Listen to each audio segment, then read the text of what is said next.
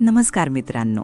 आज आपण एका अशा विषयावर चर्चा करणार आहोत जो आपल्या अस्तित्वाचा पाया आहे, पण ज्याबद्दल आपण खूप कमी विचार करतो. आपण रोज हजारो विचार करतो, वेगवेगळ्या भावना अनुभवतो आणि कृती करतो, पण हे सगळं नक्की आपल्या आत घडतं कसं? आपल्या ऋषीमुनींनी हजारो वर्षांपूर्वी वेद, वेदांत आणि उपनिषदांच्या माध्यमातून मानवी मनाचा जो सखोल नकाशा मांडला आहे, त्याला अंतःकरण पंचक असं म्हणतात. आजच्या या सत्रात आपण याच अंतःकरणाचा प्रवास अत्यंत साध्या मराठी भाषेत पण शास्त्रीय आणि आध्यात्मिक अशा दोन्ही दृष्टिकोनातून समजून घेणार आहोत. सगळ्यात आधी हे समजून घेऊया की अंतःकरण म्हणजे नक्की काय. अंतः म्हणजे आतलं आणि करण म्हणजे साधन किंवा उपकरण. ज्याप्रमाणे आपण बाहेरच्या जगाशी संपर्क साधण्यासाठी हात, पाय किंवा डोळे वापरतो, तसंच आपल्या आतल्या जगाचं नियमन करण्यासाठी निसर्गाने आपल्याला अंतःकरण नावाचं एक इनबिल्ट मेकॅनिझम दिलं आहे. यालाच आपण इनर इन्स्ट्रुमेंट असंही म्हणतो. आता हे अंतःकरण नक्की कशाचं बनलंय? बहुतेकांनी अंतःकरण चतुष्टयबद्दल ऐकलं असेल, ज्यात मन, बुद्धी, चित्त आणि अहंकार येतात. पण जेव्हा आपण पंचक म्हणतो तेव्हा त्यात पाचवं आणि सर्वात महत्त्वाचं तत्त्व येतं, ते म्हणजे चैतन्य, रिफ्लेक्टेड कॉन्शियसनेस, किंवा ज्याला काही ग्रंथात प्राण असंही म्हटलं गेलं आहे. कारण या चैतन्याशिवाय बाकीची चार साधनं निव्वळ जड आहेत. चला तर मग या प्रत्येक घटकाचं कार्य काय आहे ते सविस्तर पाहूया. सुरुवात करूया मनापासून. वेदांतात मनाचं वर्णन संकल्प विकल्पात्मकम मनः असं केलं आहे. म्हणजे काय तर मन हे सतत हे करू ते करू अशा द्विधा मनस्थितीत असतं. तुम्ही एखाद्या रिसेप्शनिस्ट सारखं मनाची कल्पना करू शकता. 5 ज्ञानेंद्रियांकडून म्हणजे डोळे, कान, नाक, जीभ आणि त्वचा यांच्याकडून येणारा जो काही डेटा आहे तो गोळा करण्याचं पहिलं काम मन करतं. शास्त्रीय भाषेत सांगायचं तर मन हे एक सेन्सरी प्रोसेसर आहे. पण मनाची एक मोठी मर्यादा आहे. ते स्वतःहून कोणताही निर्णय घेऊ शकत नाही. ते फक्त माहिती गोळा करतं आणि त्यावर शंका घेत बसतं. दुसरा घटक आहे बुद्धी. जेव्हा मन गोंधळलेलं असतं तेव्हा बुद्धी त्या माहितीवर निर्णय घेण्याचं काम करते. बुद्धीला निश्चयात्मिका म्हटलं जातं. ती एखाद्या चीफ ऑपरेटिंग ऑफिसर सारखी असते. बुद्धी ठरवते की आलेली माहिती योग्य आहे की अयोग्य. ती सत्यासत्य विवेक म्हणजे डिस्क्रिमिनेशन करते. विज्ञानानुसार बुद्धीचं हे कार्य आपल्या मेंदूतील प्रीफ्रंटल कॉर्टेक्स या भागात चालतं, जिथे नियोजन आणि निर्णय घेण्याची प्रक्रिया घडते. तिसरा अत्यंत महत्त्वाचा भाग म्हणजे चित्त. चित्त म्हणजे आपल्या आठवणींचा किंवा संस्कारांचा साठा. हे आपल्या मनाचा हार्ड ड्राईव्ह किंवा वेअरहाऊस आहे. आपण जन्मापासून जे काही पाहिलंय, ऐकलंय किंवा अनुभवलं आहे ते सर्व संस्कार किंवा वासनारूपात या चित्तात साठवलेलं असतं. शास्त्रीय दृष्टिकोनातून हे आपल्या मेंदूतील हिप्पोकॅम्पस आणि लाँग टर्म मेमरी प्रक्रियेशी जोडलेलं आहे. चित्त केवळ माहिती साठवत नाही, तर ती माहिती योग्य वेळी वरच्या स्तरावर म्हणजे मनाकडे पाठवत असतं. चौथा घटक आहे अहंकार. हा शब्द आपण सहसा गर्वासाठी वापरतो, पण आध्यात्मिक अर्थाने अहंकार म्हणजे आय मेकर. कोणतीही माहिती किंवा विचार जेव्हा आपल्यापर्यंत पोहोचतो तेव्हा त्याला हे माझं आहे किंवा हे मी अनुभवतोय असं जे जोडतं तो म्हणजे अहंकार. हे आपल्या व्यक्तिमत्वाचं केंद्र म्हणजे सेल्फ आयडेंटिटी आहे. विज्ञानात याला डिफॉल्ट मोड नेटवर्क म्हणजे DMN शी जोडलं जाऊ शकतं, जे आपल्याला स्वतःची जाणीव करून देतं. आणि पाचवं तत्व म्हणजे चैतन्य. हे ते तत्व आहे जे या सर्व यंत्रणेला प्रकाशमान करतं. तुम्ही कल्पना करा की मन, बुद्धी, चित्त आणि अहंकार हे एखाद्या बल्बसारखे आहेत, पण तो बल्ब पेटण्यासाठी जी इलेक्ट्रिसिटी लागते ते म्हणजे हे चैतन्य. हे चैतन्य आत्म्याकडून येतं आणि या अंतःकरण पंचकाला चैतन्यमय करतं. आता आपण एका अशा प्रवासाला निघणार आहोत जो आपण प्रत्येक सेकंदाला अनुभवतो, पण आपल्याला त्याची जाणीव नसते. तो म्हणजे ज्ञानेंद्रियांमार्फत विषयांचे ग्रहण आणि त्या विचाराच्या 5 तत्वांतून होणारा प्रवास. समजा तुम्ही रस्त्याने चालला आहात आणि अचानक तुम्हाला एका छान गुलाबाच्या फुलाचा सुगंध आला. आता हा प्रवास कसा होतो ते नीट लक्ष देऊन ऐका. पहिली पायरी, ज्ञानेंद्रिय म्हणजे द एंट्री पॉइंट. तुमच्या नाकाने म्हणजे सेन्स ऑर्गनने हवेतील सुगंधाचे कण ग्रहण केले. हे निव्वळ भौतिक स्तरावर घडलं. दुसरी पायरी, मन जे कोऑर्डिनेटर आहे. त्या गंधाची माहिती तात्काळ मनाकडे गेली. मन म्हणतं काहीतरी छान सुगंध येतोय, पण हा नक्की कशाचा आहे? मन इथे शंका घेतं आणि गोंधळतं. तिसरी पायरी, चित्त, जे डेटाबेस सर्च आहे. मन लगेच चित्ताच्या डेटाबेसमध्ये शोध घ्यायला सांगतं. चित्त आपल्या जुन्या आठवणींमधून शोधतं की असा सुगंध आधी कधी आला होता का? आणि मग चित्तातून उत्तर येतं, हो, हा गुलाबाचा सुगंध आहे.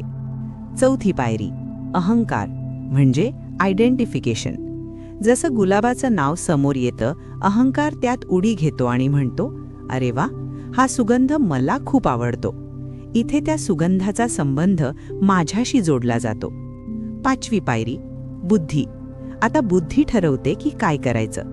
हा सुगंध खूप छान आहे, आपण थोडा वेळ इथे थांबून याचा आनंद घेऊया का? किंवा आपण हे फूल तोडूया का? बुद्धी इथे निर्णय घेते आणि पुढची कृती निश्चित करते. आणि या संपूर्ण पाचही पायऱ्यांच्या मागे जो प्रकाश असतो तो चैतन्याचा असतो, ज्यामुळे ही संपूर्ण यंत्रणा कार्यरत राहते. शास्त्रीय दृष्टिकोनातून पाहिलं तर हा प्रवास न्यूरॉन्सच्या माध्यमातून अत्यंत वेगाने होणारा इलेक्ट्रिकल आणि केमिकल सिग्नलचा खेळ आहे. आता एक महत्त्वाचा प्रश्न, आपण एखादा विचार का करतो किंवा कृती का करतो? याचं मूळ कारण काय? वेदांत आणि योगशास्त्रानुसार आपल्या कोणत्याही विचाराचं किंवा कृतीचं मूळ कारण म्हणजे आपल्या चित्तात असलेल्या वासना आणि संस्कार. वासना म्हणजे एखादी गोष्ट करण्याची किंवा मिळवण्याची सुप्त इच्छा. जेव्हा आपण भूतकाळात एखादी गोष्ट करतो तेव्हा त्या कृतीचा एक सूक्ष्म ठसा आपल्या चित्तावर उमटतो, त्याला संस्कार म्हणतात. हे संस्कार एकत्र येतात तेव्हा त्यातून एक विशिष्ट कल निर्माण होतो, ज्याला आपण वासना म्हणतो. विज्ञानाच्या भाषेत सांगायचं झालं तर हे म्हणजे आपली कंडिशनिंग किंवा न्यूरल पाथवेज आहेत. तुम्ही जितक्या वेळा एखादी गोष्ट करता तितका तो मेंदूतील रस्ता मजबूत होत जातो, ज्याला आपण न्यूरोप्लास्टिसिटी म्हणतो. ही वासनाच आपल्याला एखादा विचार करायला प्रवृत्त करते. या कारणाचा मूळ प्रवास आपल्या कारण शरीरातून सुरू होतो, जिथे हे सर्व संस्कार सुप्त अवस्थेत बीजाप्रमाणे असतात. आता आपण एका अतिशय सूक्ष्म प्रक्रियेकडे वळूया. एका विचाराचा निर्माण होण्यापासून ते मनापर्यंतचा प्रवास. जेव्हा आपल्या अंतःकरणाच्या खोल भागात म्हणजे चित्तात एखादी वासना जागृत होते तेव्हा तिचं रूपांतर एका लहरीत होतं, ज्याला आपण वृत्ती म्हणतो. ही वृत्ती जेव्हा सूक्ष्म स्तरावरून वर येते आणि बुद्धीच्या थरावरून अहंकाराला स्पर्श करते तेव्हा तिला विचार हे रूप प्राप्त होतं. विज्ञानाच्या भाषेत आपल्या मेंदूतील डीप ब्रेन स्ट्रक्चर्सकडून जेव्हा सिग्नल कॉर्टेक्सकडे येतात तेव्हा आपल्याला त्या विचाराची जाणीव होते. आध्यात्मिक दृष्टिकोनातून हा प्रवास अव्यक्तकडून व्यक्तकडे होणारा प्रवास आहे. यानंतरची पायरी म्हणजे मन ते कृतीपर्यंतचा प्रवास. एकदा का मनात विचार पक्का झाला आणि बुद्धीने त्यावर निर्णयाची मोहर उमटवली की ती माहिती प्राणशक्तीला दिली जाते. मन हे केवळ ज्ञानेंद्रियांनाच नाही तर कर्मेंद्रियांना म्हणजे 5 कार्य करणारी इंद्रिय, हात, पाय, वाचा, जननेंद्रिय आणि गुदद्वार यांनाही नियंत्रित करतं. शास्त्रीयरित्या ही प्रक्रिया मेंदूच्या मोटर कॉर्टेक्समधून सुरू होते. मेंदूतील न्यूरॉन्स आपल्या पाठीच्या कण्यातील स्पायनल कॉर्ड म्हणजे मज्जातंतूंच्या माध्यमातून स्नायूंना आदेश पाठवतात. इथे न्यूरोट्रान्समीटर्सचा वापर होतो, ज्यामुळे विद्युत लहरींचे रूपांतर रासायनिक ऊर्जेत आणि शेवटी स्नायूंच्या हालचालीत होतं. उदाहरणार्थ, मला तहान लागली आहे हा विचार चित्तातून आला, बुद्धीने पाणी पिण्याचा निर्णय घेतला आणि मनाच्या आदेशानुसार तुमच्या हाताने पाण्याचा ग्लास उचलला. हा झाला मनाचा कृतीपर्यंतचा प्रवास. आता आपण एका अत्यंत महत्त्वाच्या आणि प्रॅक्टिकल विषयावर येणार आहोत. आपण आपल्या विचारांना तटस्थपणे पाहू शकतो का? आणि असेल तर कसं? यालाच आपल्या शास्त्रात साक्षी भाव किंवा विटनेस कॉन्शियसनेस असं म्हटलं आहे. हे प्रॅक्टिकली पूर्णपणे शक्य आहे, पण त्यासाठी थोडा सराव लागतो. सामान्यतः आपण आपल्या विचारांशी इतके एकरूप झालेलो असतो की जर मनात रागाचा विचार आला तर आपण म्हणतो मी रागावलो आहे. पण साक्षी भावात आपण म्हणतो माझ्या मनात रागाची एक लहर आली आहे आणि मी तिला पाहतोय. हे कसं करायचं? त्याचं सविस्तर मार्गदर्शन असं आहे. पहिली स्टेप, लेबलिंग. जेव्हा मनात एखादा विचार येईल तेव्हा त्याला फक्त एक नाव द्या. समजा तुम्हाला भीती वाटली तर मनातल्या मनात म्हणा भीतीचा विचार. असं केल्यामुळे तुम्ही त्या विचारापासून थोडे लांब होता. दुसरी स्टेप, श्वासाचा आधार. श्वास हा शरीर आणि मन यांच्यातील दुवा आहे. जेव्हा विचार खूप गोंधळ घालतात तेव्हा तुमचं लक्ष श्वासावर केंद्रित करा. श्वास कसा आत येतोय आणि कसा बाहेर जातोय याचं फक्त निरीक्षण करा.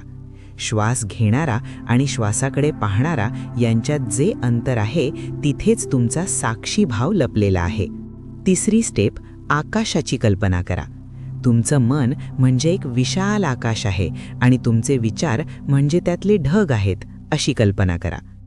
ढग येतात आणि जातात पण आकाशाला काहीच होत नाही. त्याचप्रमाणे तुमचे विचार तुमच्यातून प्रवास करत आहेत पण तुम्ही ते विचार नाही आहात. शास्त्रीय दृष्टिकोनातून या सरावामुळे आपल्या मेंदूतील अमिगडाला, जो भीती आणि रागासाठी जबाबदार आहे, तो शांत होतो आणि प्रीफ्रंटल कॉर्टेक्स मजबूत होतो. यालाच मेटाकॉग्निशन असंही म्हणतात, म्हणजे आपल्या स्वतःच्या विचारांबद्दल जागरूक असणं. मंडळी, हा अंतःकरण पंचकाचा अभ्यास आपल्याला एका मोठ्या सत्याकडे घेऊन जातो. आपण आपले विचार नाही, आपण आपल्या भावना नाही, आपण आपलं शरीरही नाही. आपण आहोत तो साक्षी आत्मा, जो या सर्वांना अनुभवत आहे. जेव्हा आपण या तंत्राचा वापर आपल्या दैनंदिन जीवनात करतो तेव्हा ताणतणाव कमी होतो, निर्णय क्षमता सुधारते आणि आपल्याला एक वेगळीच आंतरिक शांतता मिळते. तर हा होता आपल्या अंतःकरणाचा एक सखोल प्रवास. वेद आणि विज्ञानाचा हा संगम आपल्याला स्वतःला अधिक चांगल्या प्रकारे समजून घेण्यास मदत करतो. लक्षात ठेवा, तुमचं अंतःकरण हे एक अत्यंत शक्तिशाली साधन आहे. जर तुम्ही त्याचे मालक बनलात तर ते तुम्हाला मोक्षापर्यंत घेऊन जाऊ शकतं आणि जर तुम्ही त्याचे गुलाम बनलात तर ते तुम्हाला संसारात अडकवून ठेवू शकतं. आज आपण जे काही पाहिलं ते नीट ऐकून त्यावर थोडं चिंतन करा. तुम्ही स्वतःच्या विचारांना तटस्थपणे पाहायला सुरुवात करा आणि बघा तुमच्या आयुष्यात काय बदल होतोय. पुन्हा भेटूया अशाच एका सखोल विषयावर चर्चा करण्यासाठी. तोपर्यंत शांत रहा, सजग रहा. धन्यवाद.